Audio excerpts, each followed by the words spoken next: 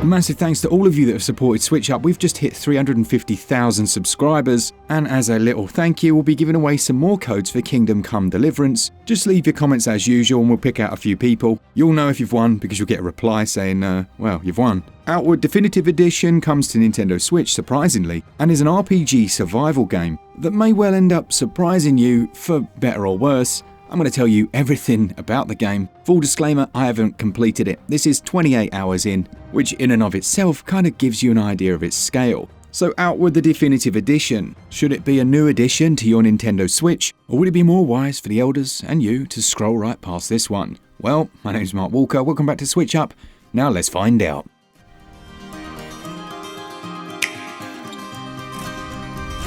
Interestingly, the story can be played solo or with a friend. They can join you online, which will require an online subscription, and from there you can adventure together. There is an overarching story of this land known as Arai, whereby blood prices carry down through the family line. Here, your grandmother has essentially caused a blood price that needs to be paid by yourself. Heading off on an adventure by ship to try and make your fortune, unfortunately upon your return the ship is wrecked and you lose everything you acquired. What you didn't lose though is the blood price money that you haven't paid. It's an unnerving start to your adventure, as you're told that you need to get 150 silver within 5 days or lose your lighthouse. Now, because I'm slightly unusual, I made my 150 silver, but I wanted to see if the game would actually punish me, so didn't pay my debt. Upon returning to the first town, the local guards had moved into my house and I could no longer access it. There was also no going back because there's no standard save system. I have to be honest, I think that's awesome. There aren't many games these days that have, intrinsic to their design, consequence for your actions. And as we'll see, it's baked into every aspect, from how you go about your adventures to how you inevitably die. First up then, this is a survival RPG and very much leans towards the survival side. Not only do you have to cater for your hunger, thirst, you have to look after your physical condition in terms of medical needs, all the while trying to survive in a world where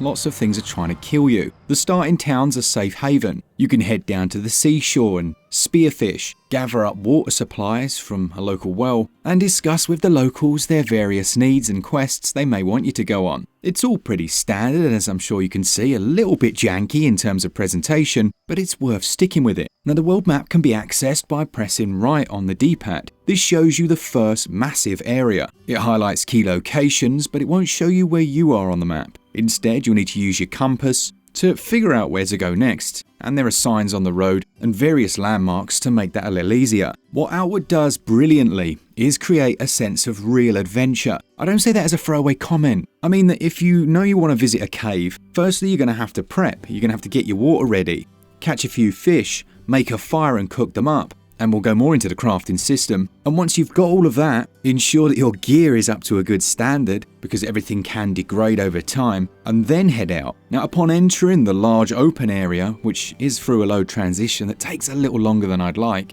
you are greeted with freedom. You can go wherever you want and essentially do whatever you want within your own capacity. Usually this involves heading in the direction by the compass, and you may face a few bandits or other enemies. And you'll also have packed your backpack. Now, backpacks in this game are almost a character unto themselves. They allow you to massively increase your storage capacity, obviously, but they also affect combat. Certain ones will slow down your speed of rolling, which you'll need to do to avoid attacks. Other ones though, like the Adventurer's backpack, don't affect this at all but have a smaller capacity. Now, interestingly, you can press up on the D-pad and take your backpack off, so you can have the best of both worlds as long as you remember where you left it. Combat then lets you lock onto enemies, circle strafing around, you have a light and heavy attack, and you'll have assigned special moves as well as gear setups to the trigger buttons. This allows you to quickly hold a trigger and X, A, B or Y to switch between your gear on the fly. Personally, I like the range classes. Being able to fire arrows from a distance makes a big difference to your survivability. But on the same page, anyone that's played a Souls game, you will quickly figure out that strafing around the enemies, waiting for them to attack and burn their stamina, and then getting in a few hits before blocking is certainly the easiest way to do melee combat. Outward also does that very cool thing where you can come across groups of enemies that are fighting each other.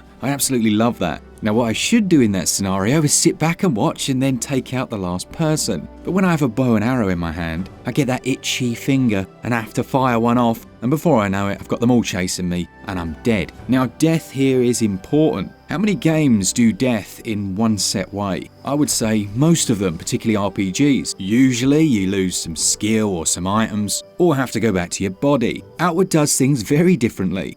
In fact, it makes death an event. So one time when I was in a bandit camp and I died, they put me in prison and then put all my stuff in a chest, and I had to break my way out and go and get all my stuff back. Another time when I was out in the wilds, I found myself rescued by one of the unusual creatures of this world, who then went on to really help me, giving me back all of my stuff, granting me a brand new backpack, and sending me off back into my adventures in a better state than I started. It's not always positive. Sometimes you'll arrive back in the starter town area, almost starved to death, really thirsty, and have to put in some work to get your stats back to where they should be. Now the survival elements are what really make this interesting. To restore health, you've got a number of different options. You could drink a potion, brew a special tea, or you could roll out your camping mat on the ground, build a fire, have something cooking in the background, but you won't want that fire too close to where you're going to sleep because your character will overheat at night. Oh yes, it's that level of detail. When you choose how long to sleep for, you'll also see a percentage chance of whether or not you're going to be attacked in the night, so you need to split your time between sleeping and guarding. On top of that, you're going to want to put some time into repairing to keep your gear in tip-top condition. I didn't expect any of this, and initially it felt quite unusual and a little bit frustrating. Take for example weather effects. If it starts to rain and you haven't got a good set of clothes, you'll gradually get colder, catch a cold, and find your stamina and health dropping. It's quite unforgiving at times. Now on the flip side of that, if you get yourself under shelter, build a campfire, and brew yourself a nice pot of tea, you can heal that quite easily. All of this is to say is Outward feels like it actually uses logical, realistic survival systems. If you sleep in frozen conditions, you're going to get cold. If you decide to eat that piece of raw meat that you've had in your backpack for the last week, you can expect to catch a nasty disease and probably die. But on the flip side, if you're cooking up your food properly, boiling your water, and prepping your special survival rations, you're going to have an absolute blast. You'll gradually acquire more currency, defeating bandits, carrying out quests. But I get it, some people really don't want those survival elements, and sometimes they're quite a hindrance as you run out of stamina and find yourself staggering across the Arctic tundra, only to be overwhelmed by a group of sad peasants and wind up waking up with half your gear missing. It's a little annoying sometimes, but then there are those other times where it all goes well, which then takes us onto skill acquisition. Now this isn't your Skyrim. You won't chop wood 100 times and get better at chopping wood. Here you can do most things. If you have an axe, you can mine for materials. If you have the prerequisites, you can do alchemy, and having the items allows you to make different recipes. Each of the game's cities will have different trainers, and they'll be able to teach you specific skills, which will then build up your character in a number of different areas. One of the best is magic. Now the definitive edition allows you easier access to magic. The reason for that is originally you had to go to the central mountain, access what's called a ley line, and then you would gain magical abilities. With the definitive edition, you've got all of the DLC and new areas, and some of those areas and cities allow you to access ley lines much easier, and subsequently head into magic. Now personally, I don't really care about all of that. I've always been a ranger and a thief, so that's the style I played in this one. But you've got various different single and two-handed weapons, ranged items, and those magical abilities, which by all accounts are incredibly rewarding once you've bought into them, allowing you to buff your character and become much more powerful than just a standard melee or ranged class.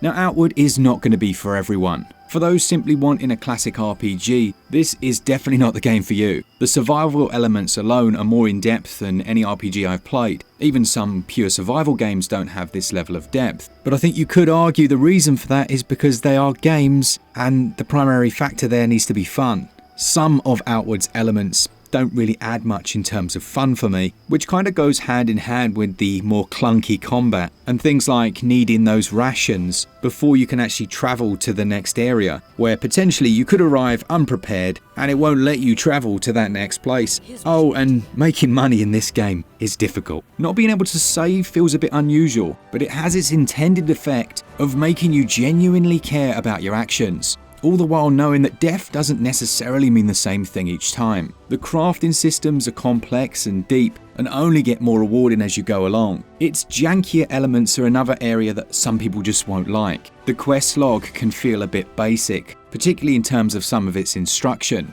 The towns and cities themselves, while you can go and visit traders, there'll be lots of inaccessible areas. What I mean by that is you'll come to a door and simply it won't go anywhere. It won't have an option to transition to the next place because it doesn't exist. And lots of those don't look different from each other, so you may find yourself going down dead ends and reaching doors that you feel like you should be able to go through, but they literally don't go anywhere. And it certainly in those areas has a slightly lower budget feel.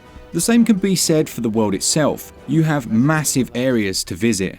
You'll need to get certain rations and craft those before you can actually transition between the massive maps. It will have a requirement of rations, but the layout of these maps can feel a little more basic, comparative to something like Tears of the Kingdom. For my personal preference, I love RPGs, I really enjoy survival games. It doesn't spoon feed you and it respects the player to plan out strategies that are going to work within its world. It has a fair set of rules, but the line I think between challenging and sometimes a bit irritating is certainly blurred here. It does provide an extensive tutorial to teach you them. Much like when I first played Morrowind, the player must adapt to the game rather than the other way round, and once you do that, it will eat many hours of your life. That's why 28 hours in, I'm not even close to scratching the main storyline because I've spent far too much time in random caves, finding unique pieces of loot and carrying out side jobs. While I enjoy it, I can also objectively see its weaknesses, with the potential for frustration for some players definitely being one of those. Gameplay scores 14 out of 20. Controls also score 14 out of 20. Visually, Outward is a mixed bag. Just looking at the video so far, you probably think it's quite basic, looking a little dated, and you'd be quite right, honestly. Load times are also a little longer than I'd like. Transitions between big cities, or those when you die and have to respawn, they're just a bit too long, and the game does something really annoying. You have to press A for the game to start. I don't know about you, but I do not sit there in an RPG staring at the screen when there's a load screen. I look at my phone, I get completely distracted doing something else, and there are so many times here when I'd look up and it would have the A icon in the corner and I could have started the game probably a couple of minutes earlier. Now it's here by design because of the survival elements, and if you spawned in and didn't realise, you could quite easily die, but I would have liked to have been able to turn that off in the options and just have it load when it was loaded. Visually, there's some good variety, at least in terms of the areas, but the visual quality on Switch has taken a significant hit. It is a bit of a dog's dinner. The resolution's low and quite blurry, particularly if you're playing on a large TV.